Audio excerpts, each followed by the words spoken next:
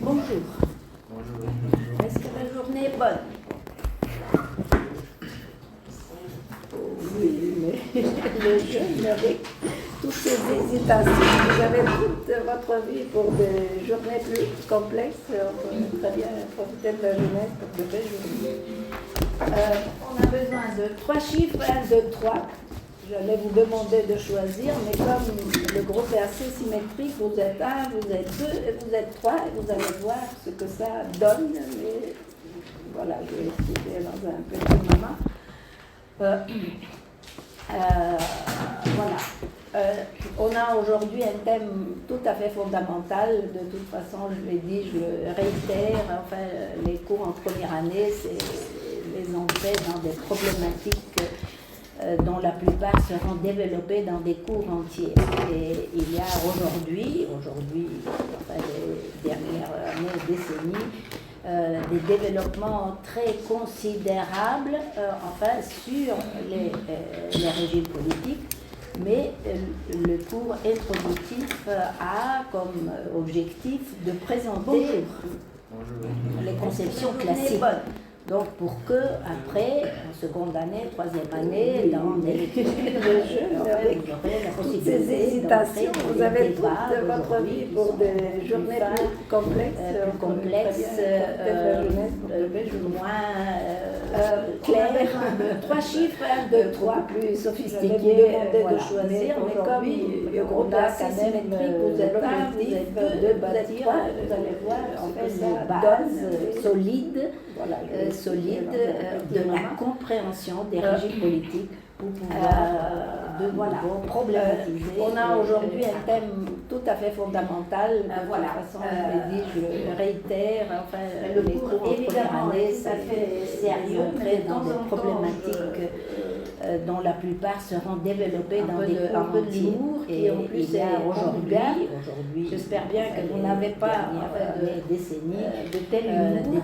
Le communisme a considérable des plaques avec les régimes politiques, des sentences qui le cours introductif déjà drôle aujourd'hui, ça nous objectif de présenter dans une conception classique. Et ici, pour que après, s'il y avait des vulgaires, troisième année, dans les lectures, vous aurez la possibilité d'entrer dans les débats d'aujourd'hui qui sont beaucoup plus fins, dans le capitalisme complexe, l'homme exploite clair, et dans le communisme plus sophistiqué, c'est le contraire. Aujourd'hui, on a quand même l'objectif de bâtir une base solide de la compréhension des régimes politiques pour pouvoir de nouveau problématiser, de trouver que les assemblées, il y a des cafés, des restaurants où il y a le cours évidemment est tout à fait sérieux, mais de temps en temps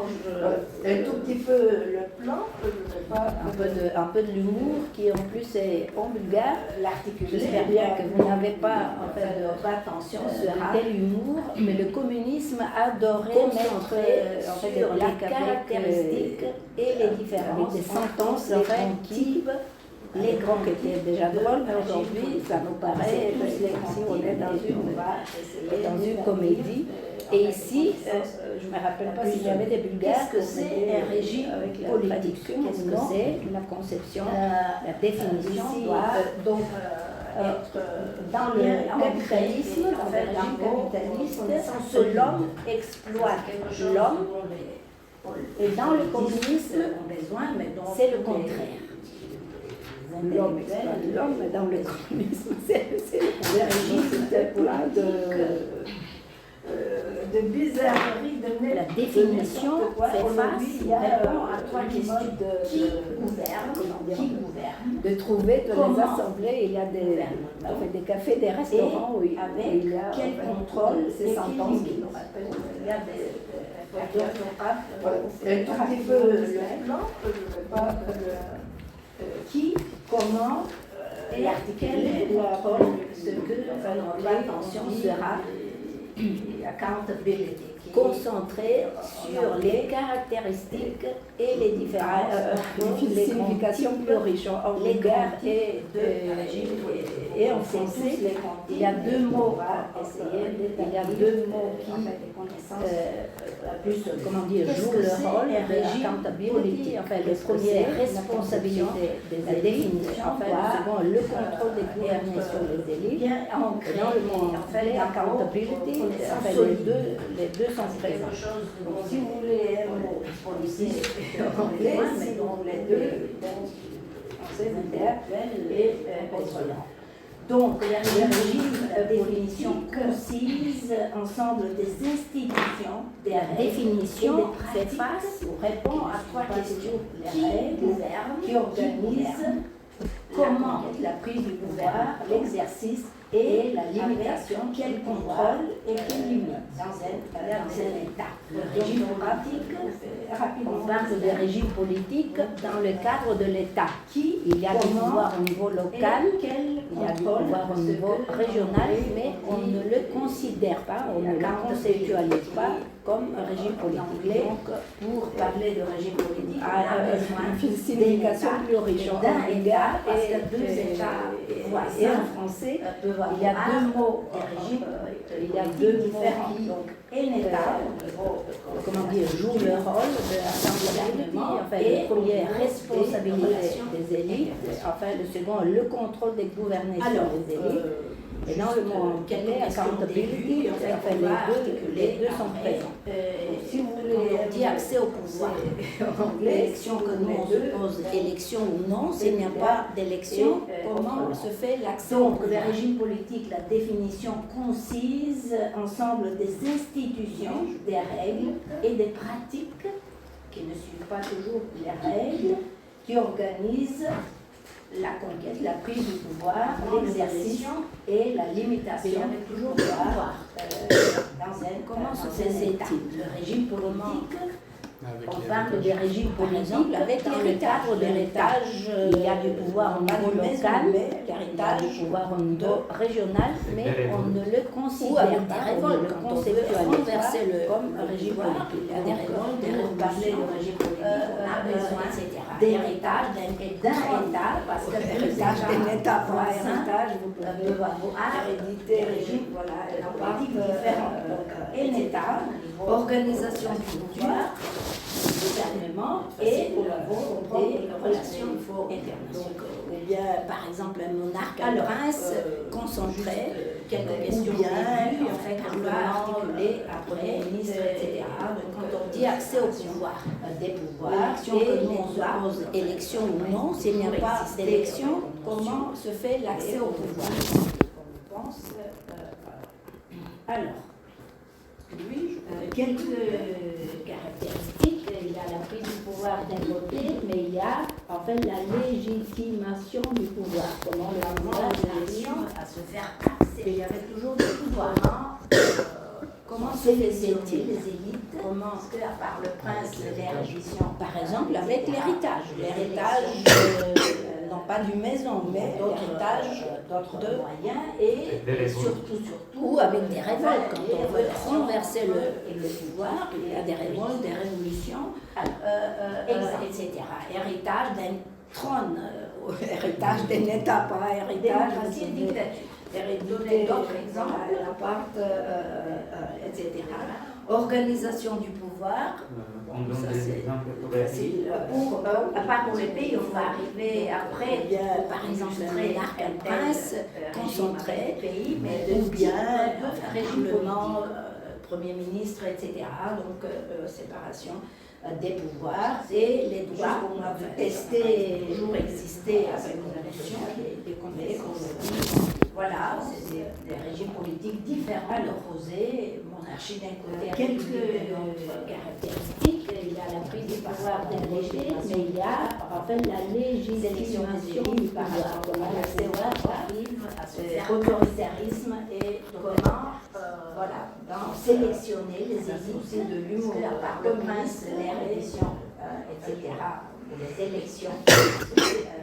Si je demande dans quel régime politique et surtout si possible, après, les relations dans chaque maison exécutive et législative. Enfin, une vache. Exemple. Bon, c'est polysémique, je ne vais pas. Voilà. Démocratie, dictature, histoire. Donnez d'autres exemples. L'histoire des régimes politiques, elle est ancienne. Elle est ancienne. Je vais pas. À part pour les pays, on va arriver après pour illustrer un tel régime. Deux grandes étapes et deux grandes étapes et deux grands auteurs. Le premier est Aristote. On l'a dit, on a testé, répété. Aristote est le penseur ancien qui a su d'abord vraiment découvrir, analyser et classifier toutes les connaissances de l'Antiquité grecque par rapport. C'est pour ça qu'on fait si souvent référence, parce que quand on regarde Aristote, on a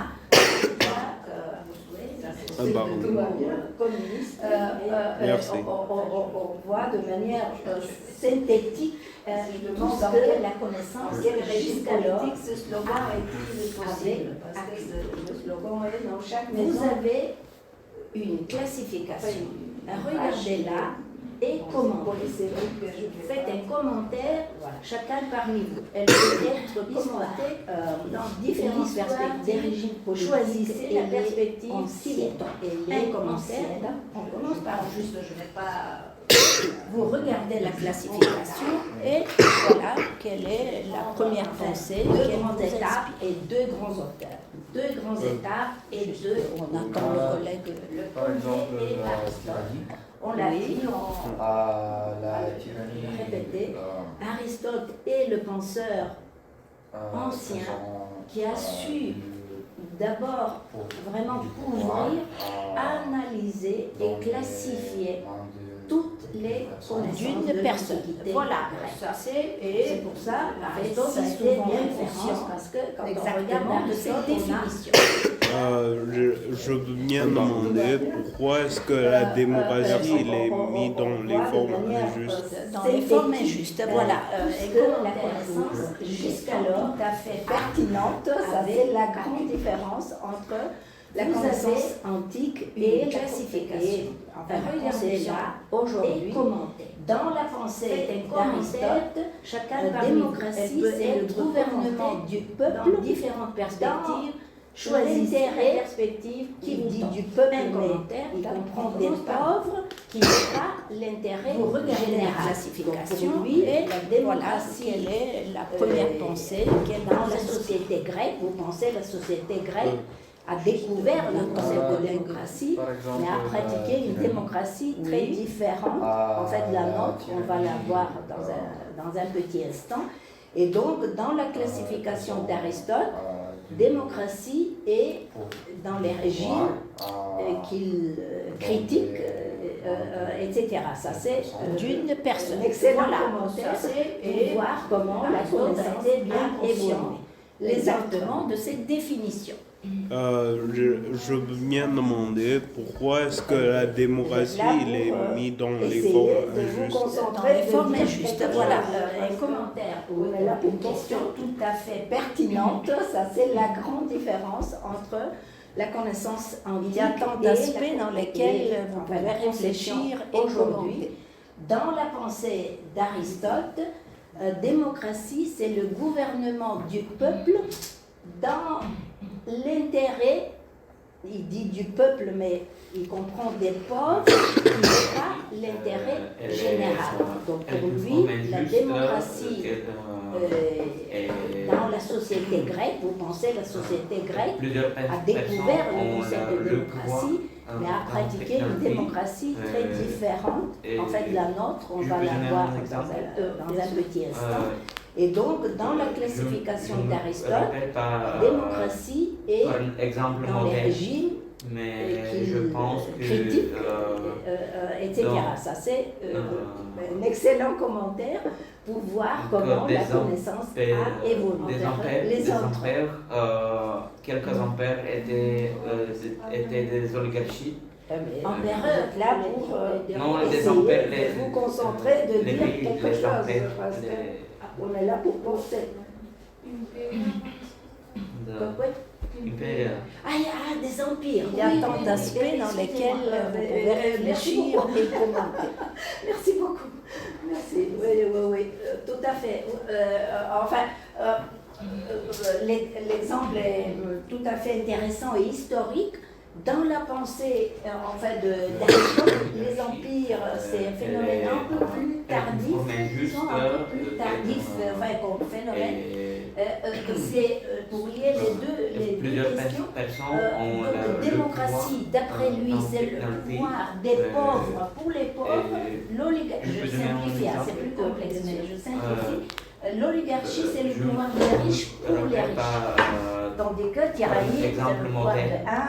Mais je pense que aujourd'hui on dirait la dictature. Voilà. Deux autres commentaires très rapidement. Vous avez fait un commentaire des empires, quelques empires étaient des oligarchies. Empereurs. Non, des empires, les pays, les empires.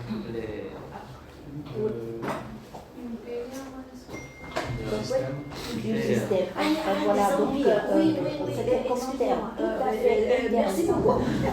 Comparer nos propres visions, c'est comme vous avez tout à fait faire, donc ce que vous pensez, et comparer l'exemple, l'analyse intéressante et historique. Donc, est-ce qu'il y a un dernier commentaire d'Aristote, les empires, c'est faire un commentaire tardif, disons un peu plus tardif comme phénomène. Enfin, je prends votre question, mais d'abord, le premier commentaire à faire ou à réaliser. Démocratie, d'après lui, c'est le pouvoir des pauvres pour les pauvres. Je simplifie, c'est plus compliqué. 2 millénaires et l'oligarchie, c'est le pouvoir des riches pour les riches.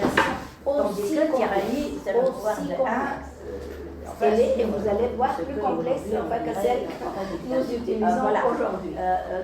Deux autres commentaires très rapidement. Il y a quelques critères qui sont mis. Donc le pouvoir peut être concentré, vraiment concentré un peu moins concentré, mais quand même plusieurs, et assez dispersé, beaucoup du système.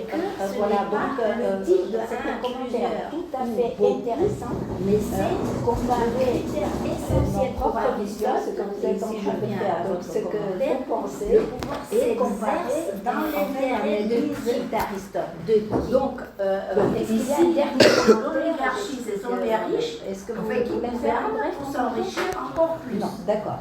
Alors, ici, aristocratie, je prends votre question, mais d'abord, donc le premier commentaire à faire ou à réaliser. Antique, après, les aristocrates, c'est le nom de la société feudale, mais on est encore avec Aristote. 2 millénaires et les riches, les puissants, on a déjà une classification aussi complexe, non de l'intérêt général. Donc, et vous allez voir moins complexe, celle nous utilisons aujourd'hui du pouvoir. Que déjà, il y a quelques critères qui sont mis, donc le pouvoir le meilleur type, la meilleure forme du pouvoir, vraiment concentré un peu moins concentré, mais quand même plusieurs, et parce que c'est dispersé au nom de, et que ce n'est pas le type de un, plusieurs, ou beaucoup, mais c'est le critère essentiel pour Aristote, et si je viens à votre chose où chacun s'exerce dans l'intérêt de qui? Est-ce que c'est déjà un peu plus complexe, un peu plus clair que les riches? Qui vous avez vu s'enrichir encore perspective, dans beaucoup de perspectives. Ici, aristocratie, c'est le même groupe.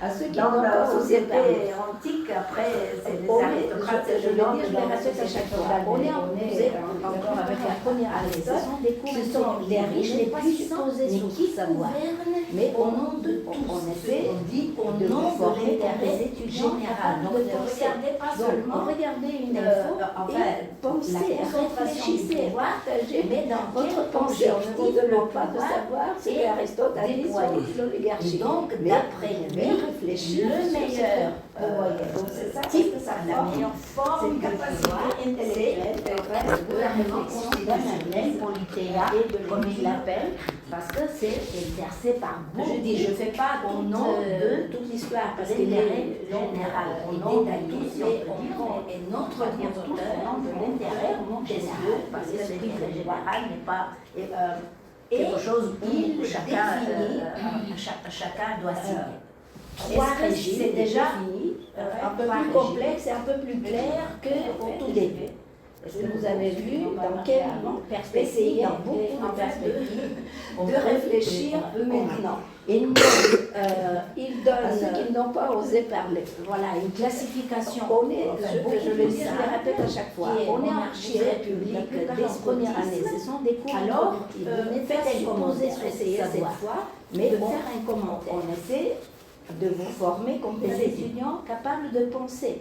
Donc, regardez une info et pensez, réfléchissez, partagez votre pensée. On ne vous demande pas de savoir ce qu'Aristote a dit sur l'oligarchie. Mais voilà, réfléchir sur ce trait, là, vous ajoutez sa cette capacité intellectuelle, c'est pas réflexion sur le tableau, mais et de Montesquieu a dit beaucoup plus de choses.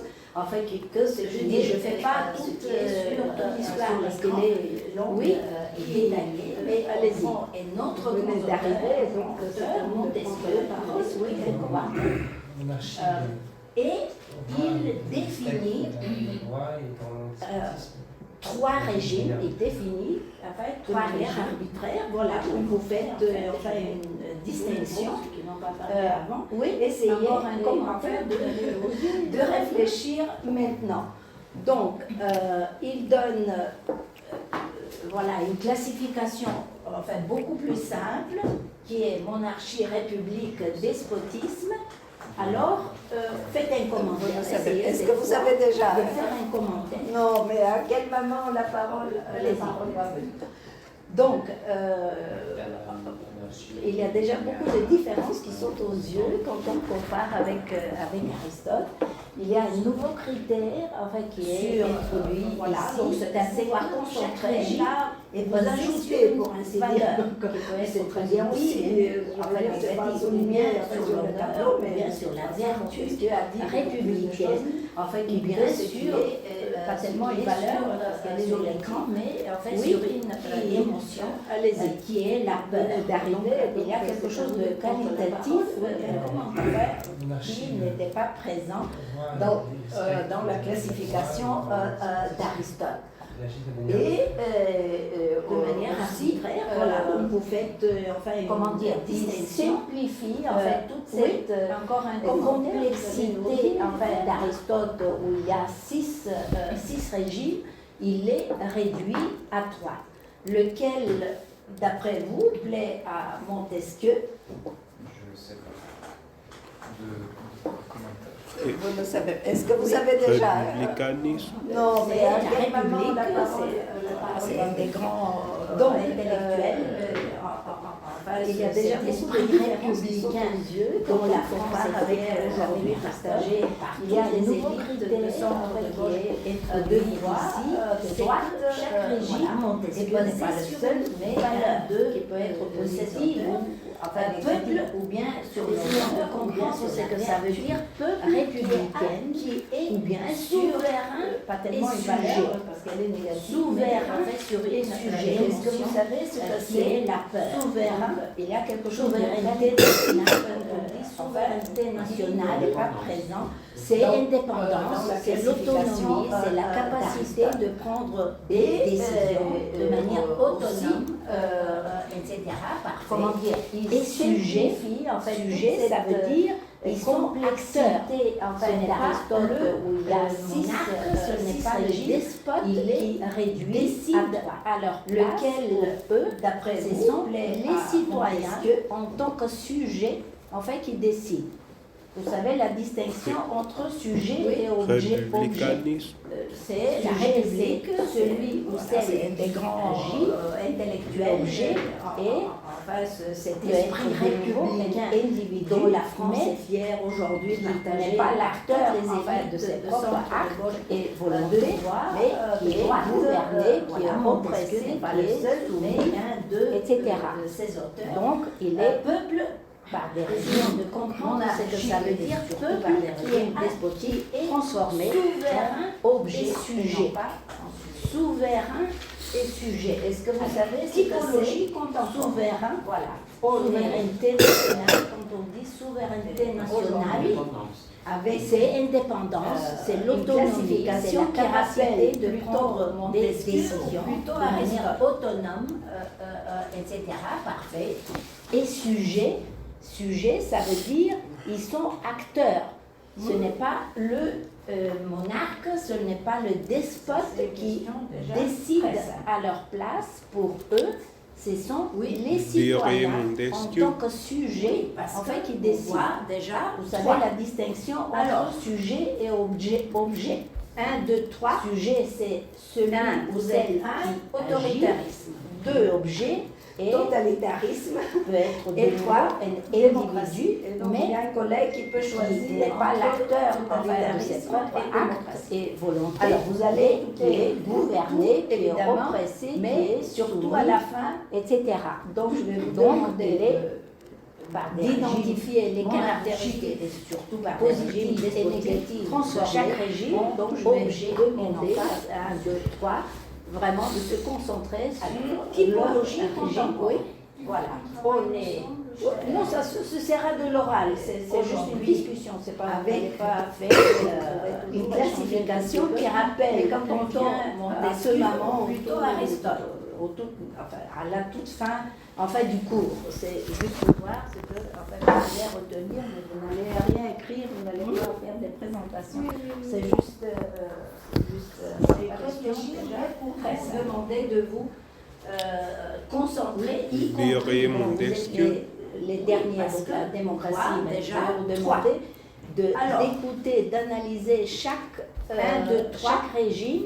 D'abord en soi, quelles sont ses caractéristiques spécifiques, mais aussi en comparaison avec les autres régimes et surtout en comparaison avec votre propre régime et démocratie. Pour le débat, alors vous allez écouter qu'il y a 2 collègues qui sont évidemment, mais surtout à la fin, donc je vais vous demander d'identifier les caractéristiques positives et négatives de chaque régime. Donc je vais demander à 1, 2, 3 vraiment de se concentrer sur leur régime. Oui, c'est le degré de consensus. Non, ça se sert de l'oral, c'est juste une discussion, c'est pas, vous n'allez pas faire, je commence par ça, mais quand on vient à ce moment, spécificité de la démocratie, à laquelle, en fait, du cours, on ne pense pas souvent, mais qui est très typique de la démocratie. Là, voilà des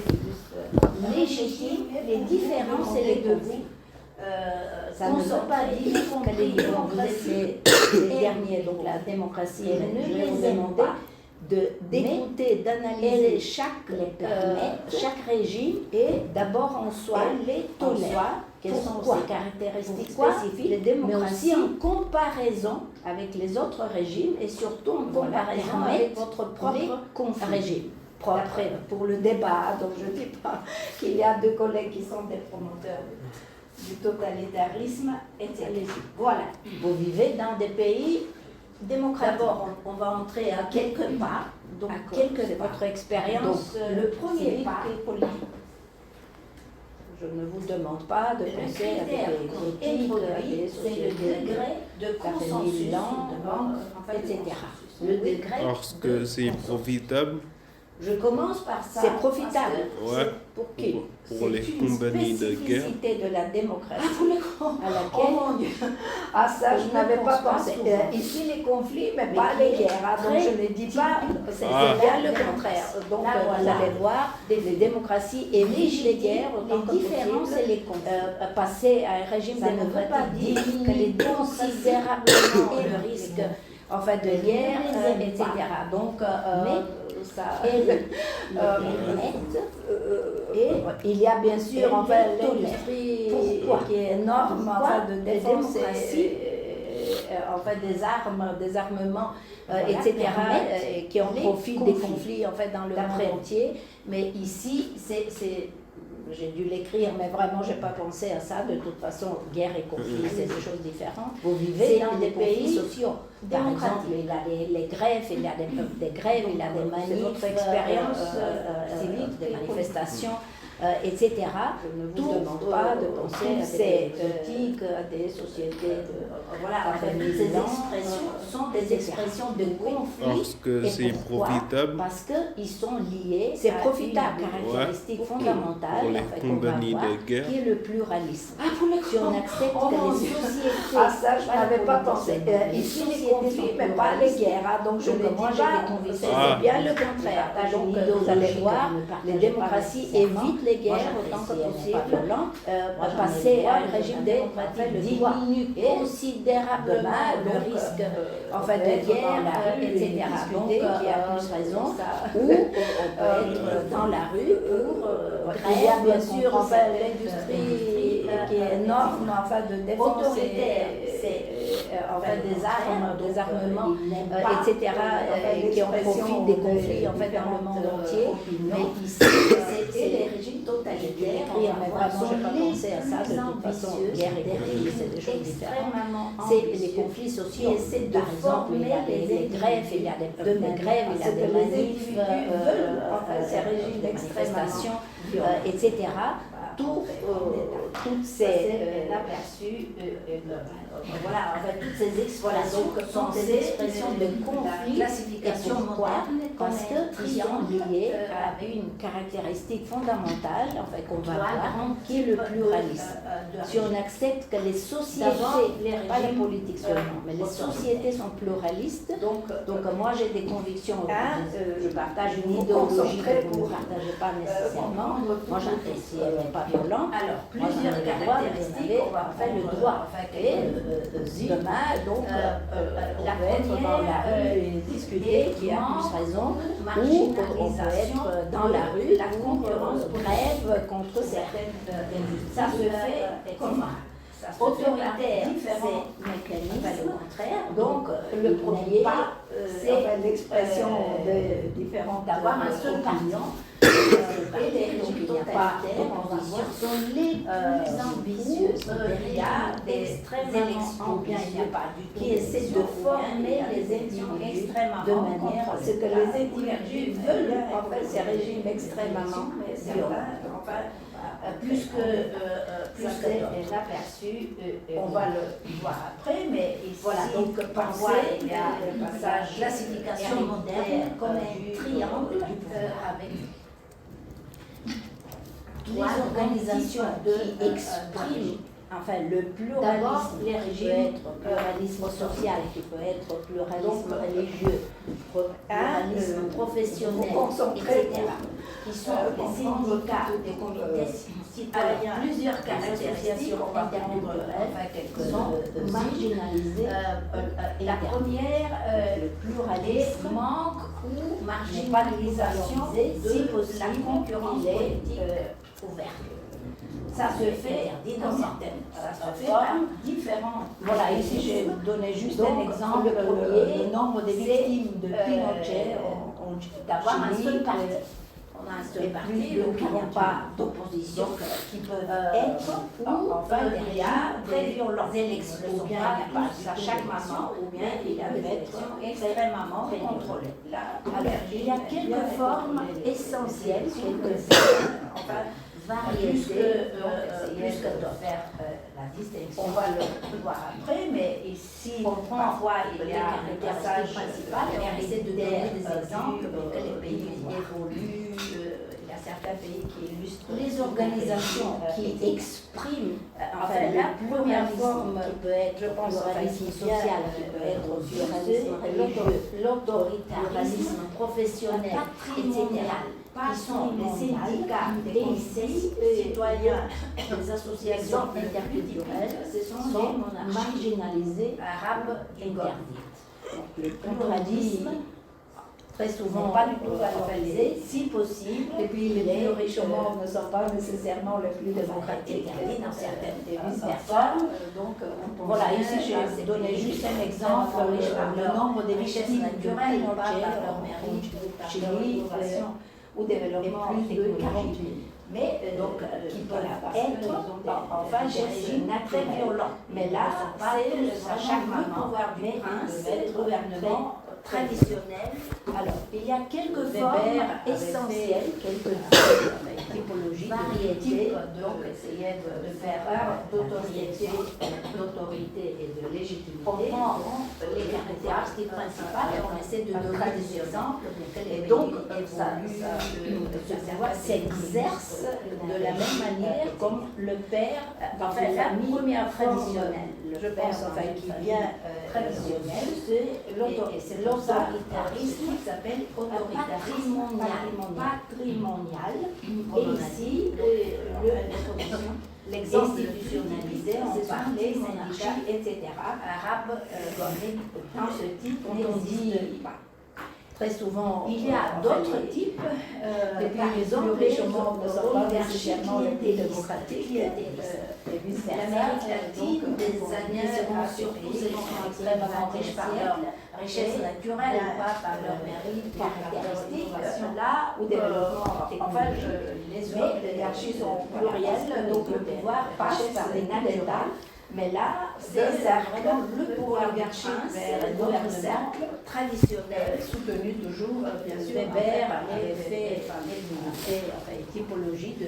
Alors, les deux autres types sont le pouvoir très différents d'autorité et de légitimité, dont le label aussi on peut traduire une manière de les appeler, et une dictature s'exerce de la même manière comme le père dans un régime traditionnel. Père dans une famille très traditionnelle et populiste. C'est pour ça, ici, l'exemple le plus typique, c'est Atatürk.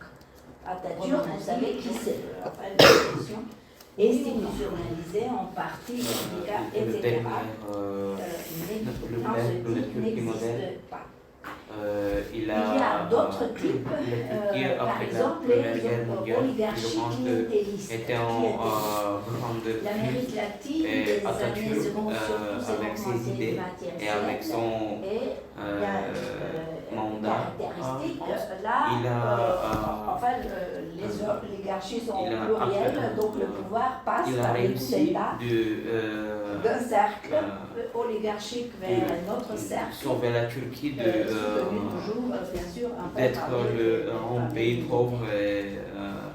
Alors, les deux autres types parfaits, très différents, très beau résumé. Donc, Atatürk est le premier, donc, qui n'est pas le dernier sultan, mais il a mis fin à l'Empire ottoman. L'Empire ottoman, les Bulgares savent, parce que des régimes dont on a fait partie 5 siècles très forts, et populés par l'Empire ottoman. Ici, les entités est gouverné par les sultans. Atatürk, vous savez qui c'est. Atatürk est le leader qui a créé la Turquie, donc pas un empire, mais un État national, État-nation, la Turquie moderne, qui a modernisé la Turquie, donc tous les, enfin, à commencer par les habits des hommes et des femmes, pour finir par les innovations dans l'administration, dans l'éducation, dans la culture, etc. Tout cela, il a introduit à un rythme extrêmement rapide, parce que changer toute une société, sa structure économique, sociale et politique, ce n'est pas évident. Donc, c'est un leader parfait, extrêmement efficace, très bon résumé, qui a créé les institutions le premier. Le Parlement, parce qu'il n'est pas le dernier sultan, mais parti politique, etc. À l'Empire ottoman, l'Empire ottoman, il a fait ça, parce que de manière pas tout à fait, on en a fait partie 5 siècles, pas changer la manière de s'habiller d'un jour à l'autre, mais ils ont dû le faire. Avec Atatürk, etc. C'est juste pour ajouter, Atatürk est vraiment leader qui a créé la Turquie. Aujourd'hui, vous allez Istanbul, Ankara, Izmir, n'importe quelle nationale, entrer dans une boutique, la Turquie moderne, qui a modernisé la Turquie. Donc, tous les, commencer par les habits des hommes et des femmes pour finir d'Atatürk. Donc les gens innovations dans l'administration, dans l'éducation, dans la culture, etc. Tout cela, il a effacé la mémoire, un rythme, mais elle est extrêmement rapide, la changer toute une société, ça se toujours économique, sociale et politique. La célébration du 100e anniversaire n'est pas évident. Donc, c'est un leader extrêmement efficace, qui a créé des institutions, tout à fait démocratiques. Il y a des partis politiques, etc. Mais pour effectuer ce changement de la variété qui vient déjà pas tout à fait démocratique, donc les gens ne veulent pas changer la manière de s'habiller d'un jour à l'autre, mais ils ont dû le faire avec Atatürk, etc. C'est juste pour ajouter que l'Atatürk est vraiment le leader vénéré des Turcs. Aujourd'hui, vous allez à Istanbul, Ankara, Izmir, n'importe quelle ville, vous entrez dans une boutique, n'importe quoi, qui a commencé la déstalinisation de l'Union soviétique. Partout, il y a le régime totalitaire d'Atatürk. Donc les gens se le mettent, non pas un peu meilleur à l'époque, mais pas une commande de l'État, c'est bien Erdogan essaie d'effacer la mémoire, mais elle est extrêmement bureaucratique. Cette photo, elle est absolument historique parce que le jour où ça se passe, la célébration du 100e anniversaire d'Atatürk, il tape avec sa chaussure. Il prend sa chaussure et il donne des leçons à toutes les Nations Unies en représentant des nations, en fait tout à fait démocratique, bien que la été la plus démocratique, toujours un peu fidèle. Et voilà. Alors, une autre variété, ce que j'ai dit jusqu'à maintenant, donc 4 grandes variétés d'autoritarisme autoritaire, des variétés. Ici, c'est une photo classique qui ont existé et qui continue en fait d'exister historique.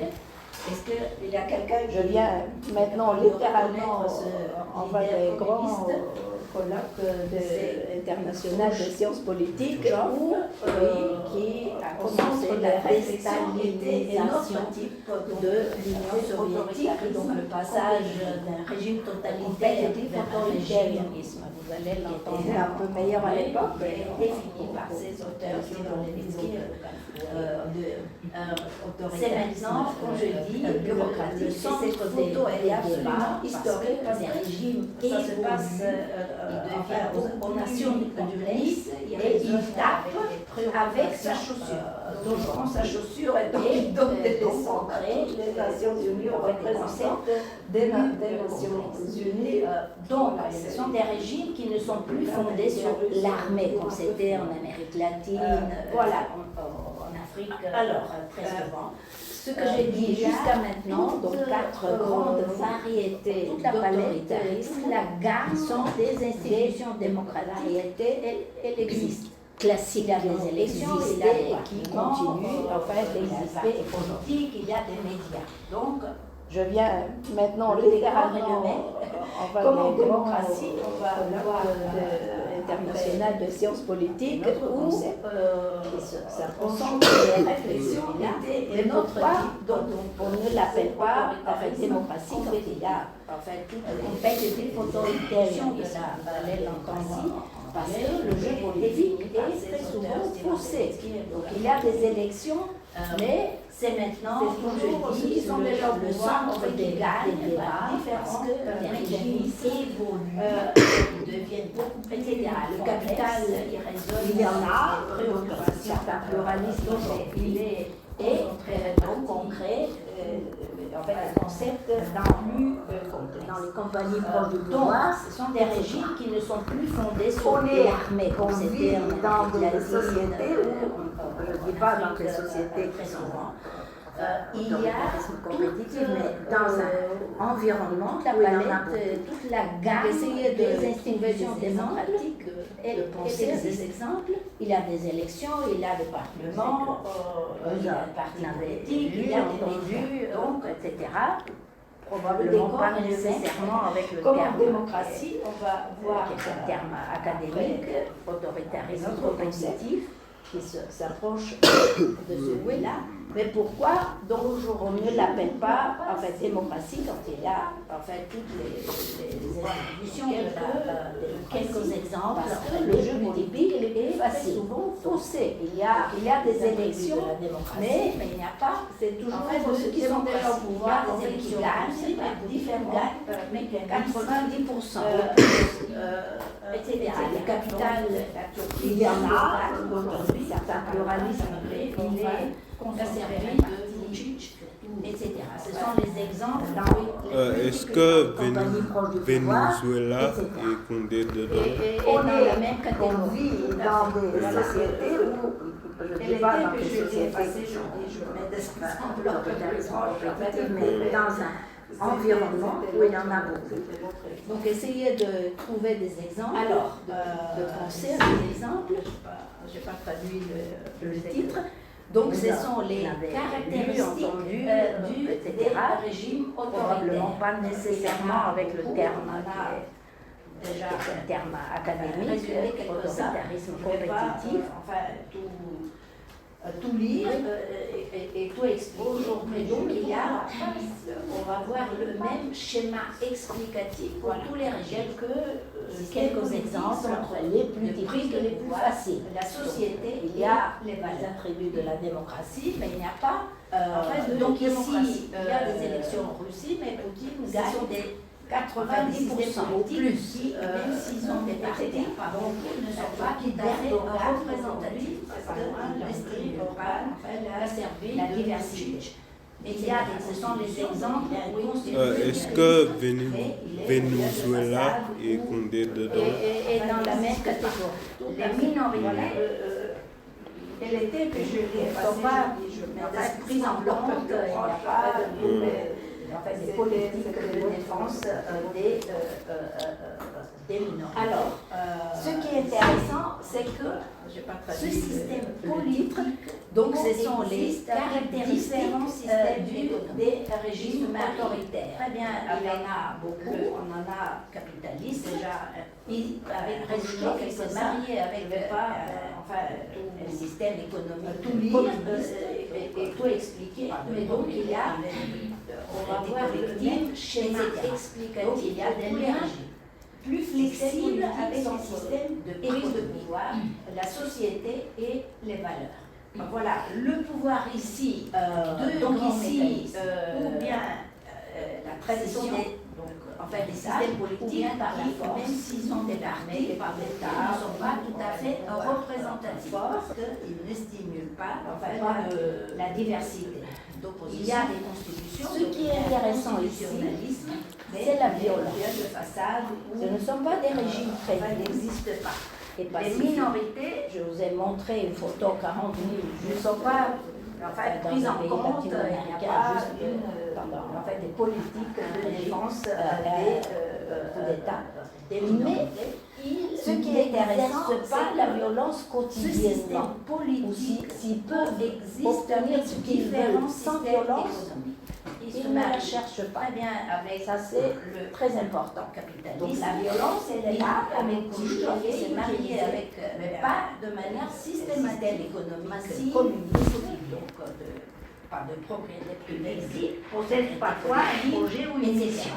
Donc il y a des liens Atatürk, il avait une vision de moderniser la Turquie, un projet, construire l'État, voilà, le pouvoir d'État moderne, donc il a réussi en fait dans les liens. Donc parfois, tradition, les leaders très ambitieux ou bien par la force veulent être l'État, les leaders d'un début d'une transition, d'une transformation. Alors la société, évidemment, les libertés. Ce qui est intéressant ici, en valeur, c'est la violence. Et ce ne sont pas des régimes très à la dissidence et pacifiques. Je vous ai montré une photo 40 000. Alors, quelles sont les valeurs sur lesquelles les Latino-Américains jouaient? Donc ici, on voit qui? On voit Montesquieu, qui dans ses coups d'explication. Mais en fait, ils n'exercent pas la violence quotidienne des valeurs. S'ils peuvent obtenir ce qu'ils veulent sans violence, ils ne la cherchent pas. Ici, c'est l'ordre. Ça, c'est l'ordre et l'autorité. La violence, c'est aujourd'hui, il y a tant de partis qui ont le mot ordre dans le nom de parti. Massive et quotidienne. Je ne dis pas que ce sont tous des parfois des partis dans des pays autoritaires, mais s'ils mettent l'ordre, donc ils ont des idéal politique, quelque chose en fait qui est construire l'État de ce type d'État moderne, comme il a réussi en fait dans les. Évidemment, c'est l'ordre, c'est des leaders très ambitieux qui veulent être en fait les leaders d'un début d'une transition d'une. Le rang 2, est-ce que vous êtes. Alors, la société, évidemment, les libertés ne sont pas votre tour de toute valeur. Et totalitarisme et d'être capable après voilà, en fait, de raison. N'existe presque pas. Alors, quelles sont les valeurs sur lesquelles la société totalité? Donc ici, on voit qui? On voit Montesquieu. En fait, tout le monde connaît le terme, tout le monde en fait qui avait mis le critère des valeurs dans tout ce qui est dans tous les types. Ici, c'est l'ordre, l'autorité. C'est aujourd'hui à tant de partis qui ont le mot ordre dans le nom de parti. Un régime autoritaire et un régime. Je ne dis pas que ce sont tous des partis dans des pays autoritaires, mais s'ils mettent l'ordre, donc ils ont comme idéal politique quelque chose en fait qui est plus proche en fait, de ce type. Une version plus simple serait des démocraties d'un côté, évidemment, c'est l'autoritarisme et totalitarisme de l'autre côté. Et beaucoup de gens, d'ordinaire, de journalistes, le rang 2, est-ce que vous êtes des étudiants concentrés? Commence à trop reprocher tout comprendre sur le totalitarisme et d'être capable après, voilà, en fait, de totalitarisme. Comme je l'ai dit, ce sont des régimes extrêmement ambitieux, plus ambitieux que l'autoritarisme. Tout le monde autoritaire est le terme, tout le monde autoritaire veut prendre le pouvoir et en profiter. Tout le monde, c'est les grands exemples. Ceux qui est totalitaire veulent créer la société et la politique à leur image. C'est changer les cerveaux, changer les valeurs, changer les attitudes, régime autoritaire et régime tout. Ça, c'est beaucoup plus ambitieux. On a dit il y a rien. Mais il n'empêche que ça a été le projet des deux grands exemples de régime totalitaire. Une version plus simple serait vraiment démocratie d'un côté, autoritarisme et totalitarisme. Enfin, les différences. Parce que je pense que beaucoup de gens, il est plus simple, enfin, l'ère de journalistes, etc. Mais les outils, y compris en fait, des étudiants, enfin, ils commencent à trop rapprocher autoritarisme et totalitarisme et n'arrivent pas à saisir, énumérer ce qui est spécifique du totalitarisme. Les grands caractères, ce sont des régimes extrêmement ambitieux, plus ambitieux que l'autoritarisme. Les autoritaires veut dire quelque chose qui est plus autoritaire veulent prendre le pouvoir. Il y a un parti, c'est une multitude aussi simple que ça. Ça n'a pas été le cas. Leaders totalitaires veulent créer la société et la politique à leur image. Juste changer les cerveaux, changer les valeurs, c'était la Bulgarie, les attitudes changer. Il y avait combien de partis? Ça, c'est il y avait d'abord beaucoup plus difficile le parti. Il n'empêche que ça a été la spécificité de notre petit pays et qu'il y avait un second parti qui était une exception à l'époque, le parti agricole, qui paradoxalement pendant le post-communisme, donc la démocratie, la Bulgarie démocratique, aujourd'hui n'existe plus. Mais il existait pendant le régime communiste.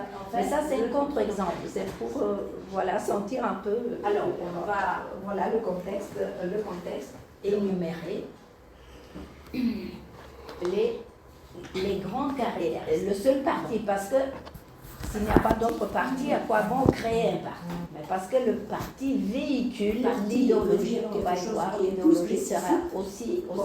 Il y aura un parti avec plusieurs idéologies. Mais il y a une fusion entre parti unique et appareil d'État. Dans les pays communistes, pour vous donner un petit contre-exemple, c'était la Bulgarie, pendant l'usine, une grande usine, il y avait le directeur de parti, qui était souvent ingénieur, expert dans le domaine, et il y avait le chef du parti dans l'usine, qui avait le même pouvoir. Il n'avait aucune compétence, mais il avait le pays le même pouvoir. Et ça, c'est à second parti. Une exception à l'époque, il y avait des partis agricoles qui paradoxalement était conçu par communisme, donc la communiste. La Bulgarie dernière, je pratique aujourd'hui, n'existe plus. Mais il existait pendant le régime. Et donc il y avait mais ça, c'est un contre-exemple. Voilà, sentir un peu les sciences politiques. Voilà, il s'appelle CK. Je dis, mais CK dans ma langue veut dire, je commence à expliquer, mais je dis, c'est le seul parti, parce que comité central. S'il n'y a pas d'autre parti, à quoi bon créer un parti? Parce que le parti véhicule l'idéologie, on va y voir, l'idéologie sera aussi une idéologie. Ça veut dire une idéologie qui. Mais il y a une fusion entre idéologie, parti unique et appareil. Quelle est la distinction entre idéologie et science communiste, entre idéologie et vérité? Nazi, à l'époque, donc c'est chaque usine, une grande usine, il avait le directeur qui était souvent ingénieur, je ne vais pas expert dans le domaine, et il y avait le chef du parti dans l'usine qui avait le même pouvoir. Il n'avait aucune compétence, mais il avait installé et ça, c'est à tous les niveaux. À tous les niveaux, les grands plans stratégiques de développement économique étaient pris idéologie par rapport au parti communiste. Par le parti communiste. Que la vérité, comme je dis encore à Belgrade, à un colloque, et donc il y avait un café juste en face du colloque de l'affirmation en faculté des sciences politiques, il s'appelait CK. Je dis, mais tu sais, quand dans ma langue, je dire, vision, je commence à expliquer dans la perspective, je dis, c'est la même chose, donc c'est le comité central. C'est une vision du monde qui représente une perspective spécifique. Donc, par définition, une idéologie, ça veut dire la vérité, idéologie qui, la vision, ne disait pas de toi-même, enfin, une idéologie, parce que, quelle est la distinction entre idéologie et science? Le monopole entre idéologie et vérité. Toutes les autres avaient tous c'est l'idéologie. Il y a une caractéristique qui est plus facile, attention, dans les médias sociaux, plus facile à comprendre. Moi j'en ai aussi des médias sociaux. C'est le culte s'installe et je me concentre aussi. Ça veut dire quoi? Le culte de la personnalité. Alors, idéologie par rapport à science ou vérité entendu parler. Parce que la vérité, elle se veut aussi très souvent juste. Si quelque chose est vrai, il y avait culte de la personnalité de Staline, affirme que la personnalité de Hitler sont fausses ou erronées.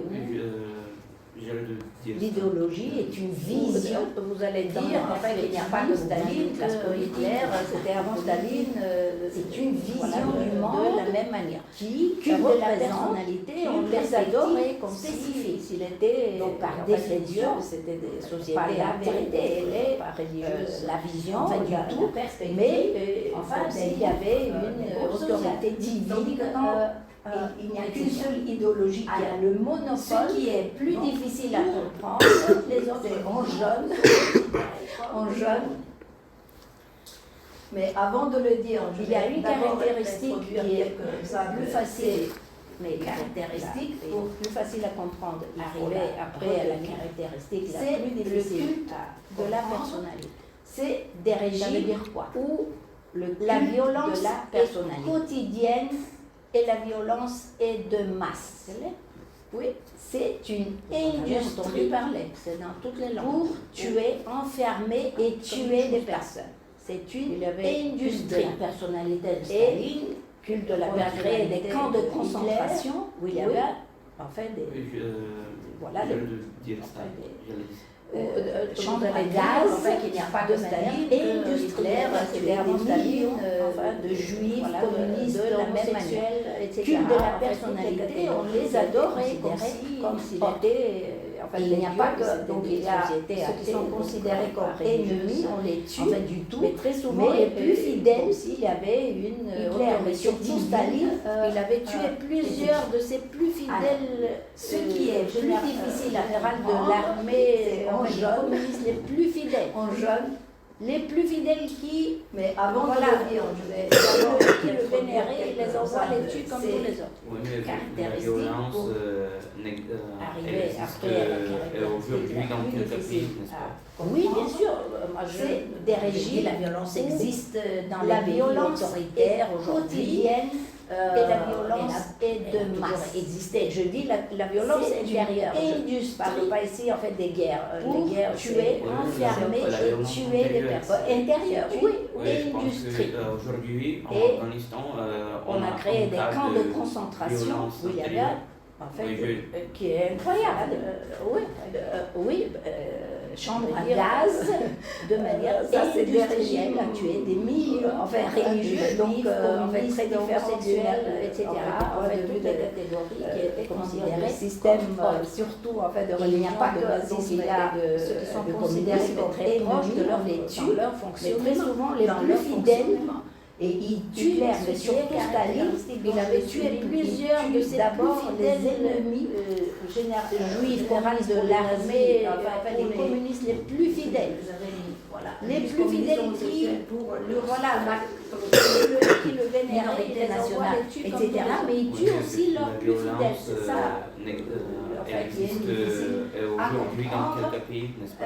Oui, bien sûr, voilà. Et donc on arrive, la violence existe dans les pays autoritaires aujourd'hui. Difficile à comprendre. Je demande vraiment exister. Je dis la violence intérieure, très ouvert à la lecture des guerres. Les guerres, c'est autre chose.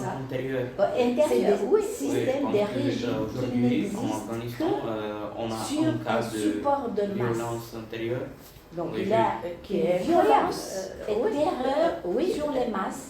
Je veux dire, la peur, elle est partie des régimes, mais en même temps religieux, donc très différent c'est la caractéristique la plus difficile, de système, surtout de religion, de nazisme et de communisme, très proche de leur, elle vient de leur fonctionnement intellectuel juive, d'Allemagne, qui a caractéristique dont le nazi tue d'abord les ennemis aux États-Unis.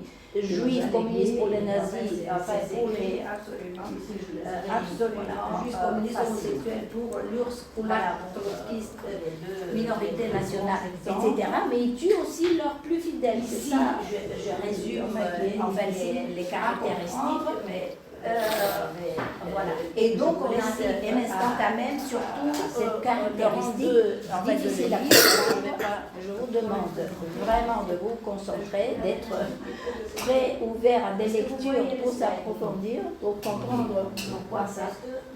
C'est des systèmes, des régimes qui n'existent que sur un support de masse. Donc il y a une violence et terreur sur les masses. La peur, elle est partout, mais en même temps, il y a un support de masse. C'est la caractéristique la plus difficile à comprendre. Est-ce que c'est bon les caractéristiques? Parce que je passe très rapidement. Elle vient d'une intellectuelle juive d'Allemagne qui a l'Allemagne nazie, qui a travaillé aux États-Unis, qui nous a légué démocratie. Alors, c'est absolument, vous savez, plus au moins, vous êtes entourés, vous en faites partie.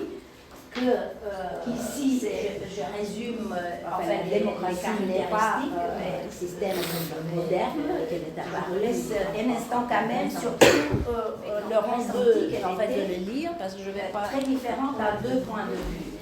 Le second, on va le voir après, mais le premier, c'est qu'il y avait beaucoup d'exclus. Donc aujourd'hui, dans un dans une société démocratique, tout le monde, pour ainsi dire, vit dans le système, dans le régime démocratique. Tandis qu'à l'époque, il y avait des esclaves qui ne faisaient pas partie, ces femmes, moi je ne faisais pas partie, ne parlent pas, deuxième part.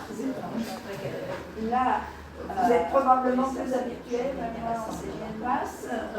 La caractéristique ou la différence la plus importante entre la Grèce. Est-ce que c'est bon les caractéristiques parce que je passe très rapidement. La démocratie était directe. Direct, ça veut dire des citoyens, voilà, donc absence de vie privée, énormément pour faire vite, ce sont les démocraties qui allaient à l'agora et voter, discuter, etc. Si un citoyen n'allait pas, au moins vous êtes entouré, vous en faites de problème. Si beaucoup de citoyens ne venaient pas, la démocratie n'est pas le système moderne, qu'elle est apparue, fonctionnait en Grèce antique, elle était les caractéristiques donnez-moi rapidement, enfin quelques caractéristiques que vous pensez, le premier que vous associez à la démocratie. Exclu. Donc aujourd'hui, dans une société démocratique, l'égalité, tout à fait, ça c'est un peu lié à ce que vous voyez déjà, l'état de droit. Tandis qu'à l'époque, oui, allez-y, il y avait les esclaves qui ne faisaient pas partie, les femmes n'en faisaient pas partie, ne parlons pas le pouvoir vient du peuple, tout à fait, c'est encore dans le nom, pouvoir du peuple, par le peuple, pour le peuple. La caractéristique ou la différence, les droits de l'homme, entre la Grèce antique et aujourd'hui, et la démocratie est liberté directe. Les libertés directes, ça veut dire les citoyens, de vie privée, etc.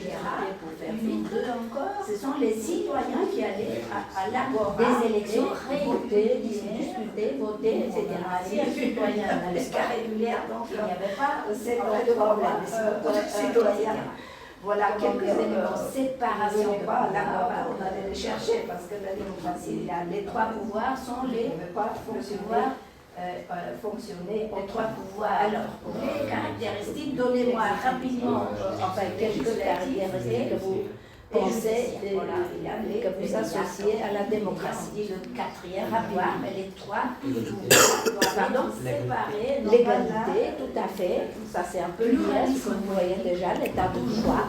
Oui, allez-y. C'est pas possible un régime démocratique avec un parti, ça n'existe pas.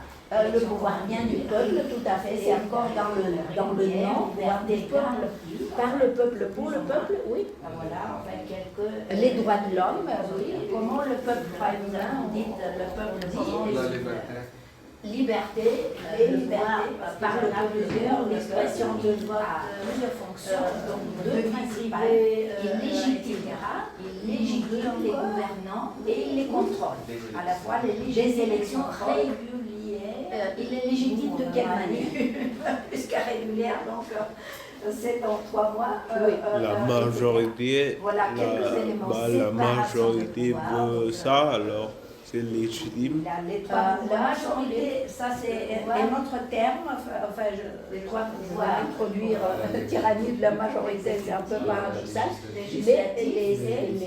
les citoyens légitiment, enfin le pouvoir de quelle manière? Le quatrième pouvoir, les trois pouvoirs de manière, mais une des manières est par les élections. Par les élections, on désigne toujours, en fait, les représentants au Parlement. On n'aime pas nos députés, ce sont nous enfin, qui les avons élus. Ce sont nos représentants. Ça, c'est la distinction avec la Grèce antique où chaque citoyen était représenté par lui-même. Donc, on ne peut pas, je ne voudrais pas aller au Parlement. Comment donc, je peux, si le pouvoir, par plusieurs personnes, soutiennent et je représente au municipal. Il y a un concept très paradoxal, ça c'est tyrannie de la majorité, à la fois la légitimité et le contrôle. Tyrannie de la majorité, de quelle manière? On va y revenir dans d'autres cours, mais c'est déjà quand même. La majorité, la majorité veut ça, alors c'est légitime. La majorité, les démocraties, parce qu'il y a les élections. Tyrannie de la majorité, c'est un peu paradoxal. mais plus de voix, plus de représentants. Les citoyens, quand ces majorités commencent à abuser de leur pouvoir, pas sur par beaucoup de manières, mais une des manières est par les élections, par les élections de la majorité. Donc, en fait, les représentants au Parlement, on aime ou n'aime pas nos députés, ce sont nous qui les aurons élus. D'ici jusqu'à la fin de nos représentants. Ça, c'est la distinction avec le ressenti où chaque citoyen est représenté par lui-même. Donc, moi, je ne peux pas aller au Parlement, mais à l'exception de toutes les autres. C'est la personne les autres soutiennent et je me présente aux élections. Et donc, c'est pour dire que très paradoxal, ça c'est tyrannie de la majorité. Je vais aller déjà parce que tyrannie de la majorité. On va y revenir dans d'autres lettres, mais terrible. Alors ici, il a sonné un tout petit peu tyrannie de la majorité. Élément encore, les démocraties, il y a les élections donnent droit surtout aux majorités. Parce que elles ont plus de voix, plus de représentants. Quand ces majorités commencent à abuser de leur pouvoir sur les minorités, pourquoi la démocratie, donc je vous donne rapidement tyrannie de la majorité. Donc les réponses, il y en a plusieurs, ça c'est frontal. Ça, je pense que vous les avez entendus, sinon d'ici jusqu'à la fin de vos vies. Donc le système de même connaître cette fameuse citation de la démocratie d'analyse. Alors, on s'arrête là pour avoir, enfin chacun, à l'exception de toutes les autres. Les trois couples, chers collègues, vous avez choisi. Donc c'est pour dire que la démocratie est loin d'être parfaite, mais les autres formes être interdites aux étudiants, pas seulement aux jeunes. Vous êtes au fond de l'autoritarisme ou de la démocratie. Terrible. Alors ici, non, votre collègue qui est arrivé en retard. Plusieurs éléments encore. Pardon? Un prix Nobel. D'accord, voilà. Parce que nous, on commence, il y a un groupe qui est pour c'est la démocratie, l'autoritarisme. Donc vous êtes avec le premier groupe qui vont nous donner 2 caractéristiques positives et 2 négatives, si vous en voyez de l'autoritarisme. Après le totalitarisme et après la démocratie. Si vous êtes avec l'autoritarisme, vous travaillez avec vos collègues. Allez-y. Si ces 2 caractéristiques, vous donnez une et le système une autre. Moi, je trouve que... grille d'analyse. Alors, on s'arrête là pour avoir chacun parmi vous, donc les trois couples. Chers collègues, vous avez choisi... Il est plutôt négatif parce qu'il y a la supération de l'expression politique. Vous êtes au camp de l'autoritarisme ou de la démocratie. J'ai dit que c'est plutôt négatif parce qu'il supprime l'expression politique. D'accord, voilà. Parce qu'il y a un groupe qui est du totalitarisme, l'autoritarisme, donc vous êtes avec le premier groupe qui vont nous donner 2 caractéristiques positives et 2 négatives, si vous en voyez de l'autoritarisme. Après le totalitarisme et après la démocratie. Si vous êtes avec l'autoritarisme, des régimes qui travaillent avec rêver, mais il y a allez-y. Si ces 2 caractéristiques, vous donnez une et vous... maintenant on passe le collègue, vous êtes au camp de l'autoritarisme. Allez-y, ajoutez une caractéristique, positive ou négative. Il est plutôt négatif parce qu'il y a de supération de l'expression politique. Pas toujours, parce qu'il y a beaucoup... je vous écoute par les coups, mais... J'ai dit que c'est plutôt négatif parce qu'il supprime l'expression politique. Parce qu'il supprime. Très bien. Oui. S'il y en a, moi je trouverais avec difficulté, mais si vous en avez, vous trouvez. Oui, c'est un peu difficile, mais je peux donner un exemple avec le totalitarisme en Bulgarie avant la fin du XXe siècle. Voilà, donc pour ainsi dire, tout est relatif, donc ce ne sont pas des régimes à qui on doit rêver, mais il y a pire. Il y a pire. Voilà, enfin, maintenant on passe le collègue, vous êtes du camp de l'autoritarisme, allez-y, ajoutez une caractéristique positive ou négative. Le pays, l'État nous trouve la stabilité, voilà, parfois, ils peuvent être des régimes stables. C'est un énorme débat, je ne vais pas y entrer. Pas toujours, parce que juste dire, j'espère que vous échanges par des coups, la nostalgie, voilà, non pas de votre génération, mais de la mienne, que je récupère constitutionnelle. Moi, je n'ai aucune nostalgie, mais il y a des gens totalitaires, la nostalgie, vous voyez le régime. En fait, de cette manière.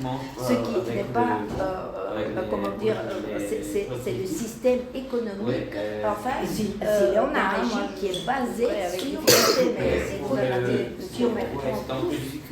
Et donc, c'est l'État qui possède cette propriété collective et doit la gérer parce qu'elle appartient à tout le monde. Voilà, mais je sais qui parle, enfin, qui le dit, c'est pas le système politique que nous analysons, c'est le système économique et en fait qui se disait social. Allez-y. Le pays nous distribue aux différentes villes où le pays, l'État nous trouve en travail stable. C'est un énorme débat, je ne vais pas y entrer, je voudrais juste dire, j'espère que vous l'acceptez, c'est un peu la nostalgie, non pas de votre génération, mais de la mienne, que je ne partage pas. Moi, personnellement, je n'ai aucune nostalgie, mais il y a des gens qui ont la nostalgie et qui voyaient le régime de cette manière. Ce qui n'est pas, comment dire, c'est le système économique, d'un régime qui est basé sur la propriété collective. Si on prend tous, et donc c'est l'État qui possède cette propriété collective, elle doit, c'est les camps de gérer, parce qu'elle appartient à tout le monde. Là, il n'y a pas de liberté, il n'y a pas de vie, voilà, mais je sais qui parle, qui le dit, c'est pas le système politique que nous analysons, c'est le système économique qui se disait social, Allez-y. Selon moi, il y a une autre chose. Vraiment d'anéantir tout un peuple. Les négatifs, je suis tout à fait d'accord. Pour le positif, ce que vous nommez comme positif, je ne le partage pas parce que c'est quand on parle de mobilisation, c'est l'objectif qui est important. Si on mobilise, ça a été le cas en Union soviétique et comme en Allemagne, on mobilise des masses, on dit ce sont des sociétés qui ont des supports de masse, mais dans un cas pour tuer tous les juifs, dans un autre cas c'était tous les koulaks, quelqu'un qui avait une vache était déjà nommé koulak, non pas les riches, mais